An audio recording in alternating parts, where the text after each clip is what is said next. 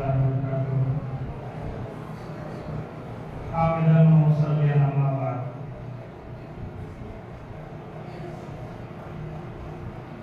جامعہ تعلیم القرآن میں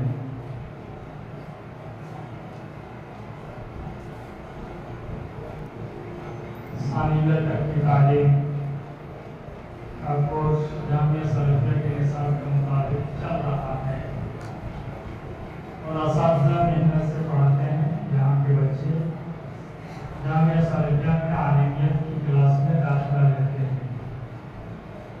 لیکن خوشی کی خبر یہ سننے میں آئی کہ عالمیت کے لیے بھی جامعہ سلفیہ سے ایپلیکیشن دے دیا گیا ہے اور عالمیت کا 3 سالہ کورس یہاں پڑھایا جائے گا.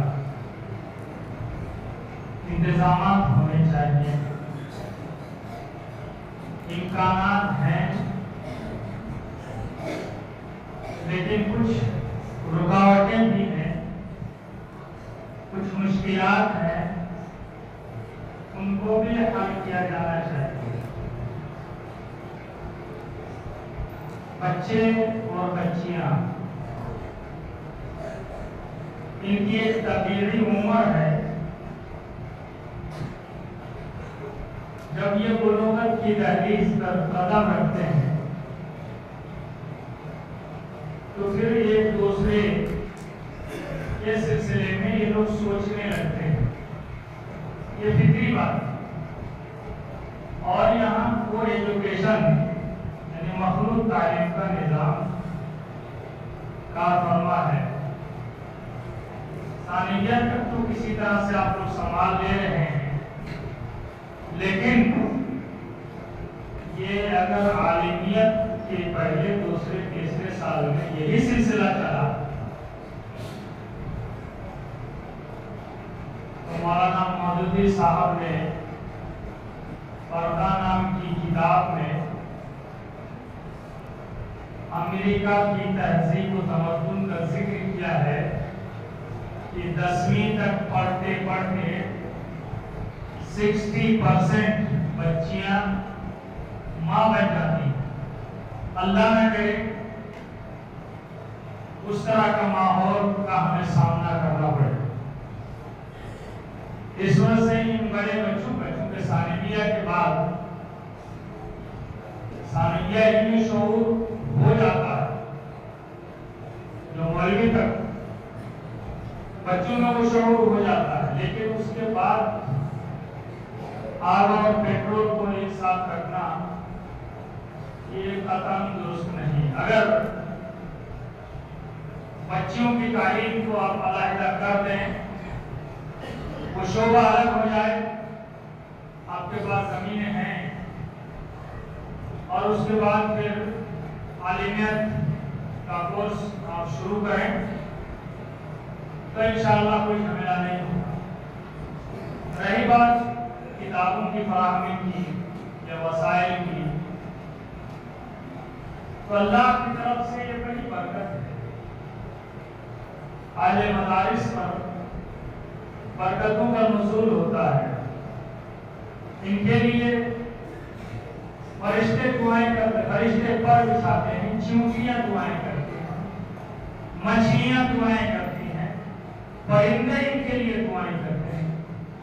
اس وجہ سے یہ جامعہ تعلیم القرآن آج سے 20 سال پہلے کا زمانہ پلٹ کر دیکھیے کہ بالکل ابتدائی مرحلے میں ایک ٹنٹناتا ہوا چراغ ہے، اور آج اگر نئے لفظ استعمال کریں تو ہیلوجن لائٹ کی طرح سے چمک رہا ہے، چمک رہا ہے. الحمدللہ. کیونکہ یہاں کے بچے جو جامعہ سلفیہ بنارس جاتے ہیں اور 80 سے 90% بچے وہاں داخل ہو جاتے ہیں، امتحانات میں کامیاب ہوتے ہیں.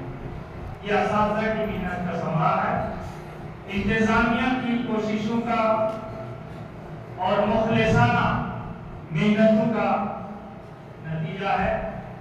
لہذا بہت ساری باتیں آئی ہیں، میں کوئی